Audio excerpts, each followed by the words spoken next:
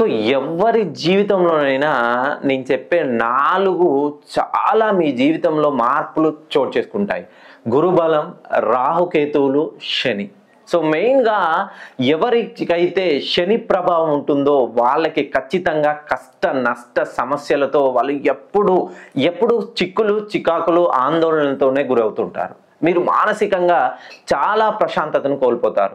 మెయిన్గా ఎవరో పెట్టుబడులు పెట్టి మధ్యలోనే నిలిచిపోయిన వాళ్ళు, రియల్ ఎస్టేట్ రంగంలో ఉన్న వాళ్ళు, స్టాక్ మార్కెట్లలో ఉన్న వాళ్ళు, ఉద్యోగం కోసం విదేశాల్లో ఉండి అనూహ్యంగా ఉద్యోగం కోల్పోయిన వాళ్ళు, తల్లిదండ్రులు ఒక్కసారి మీ పిల్లోడిని విదేశాలకు పంపించిన తర్వాత అక్కడ ఉద్యోగం వస్తుందా, మంచి అనుకున్న యూనివర్సిటీలో సీటు వస్తుందా, చదువు అయిపోయిన తర్వాత ఎటువంటి ఉద్యోగం సంపాదిస్తాడు, ఉద్యోగం వచ్చిన తర్వాత ఎంత జీతం వస్తుంది, ఇవన్నీ ఒకసారి చూడండి.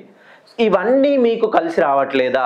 ఎప్పుడు మీరు ఉద్యోగం చేసినా, వ్యాపారం ప్రారంభించినా, మీ చేత ఎవరికి డబ్బులు ఇచ్చినా అవి తిరిగి రావడానికి చాలా ఇబ్బందుల పాలవుతున్నారు.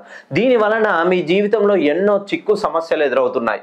మెయిన్గా ఫ్యామిలీ ప్రాబ్లమ్స్. సో భార్యాభర్తల మధ్య ఎప్పుడు విభేదాలు రావడం, పిల్లలకి ఆరోగ్యపరమైనటువంటి సమస్యలతో ఉంటే నేను జనవరి 10న శని హోమం జరిపిస్తున్నాను.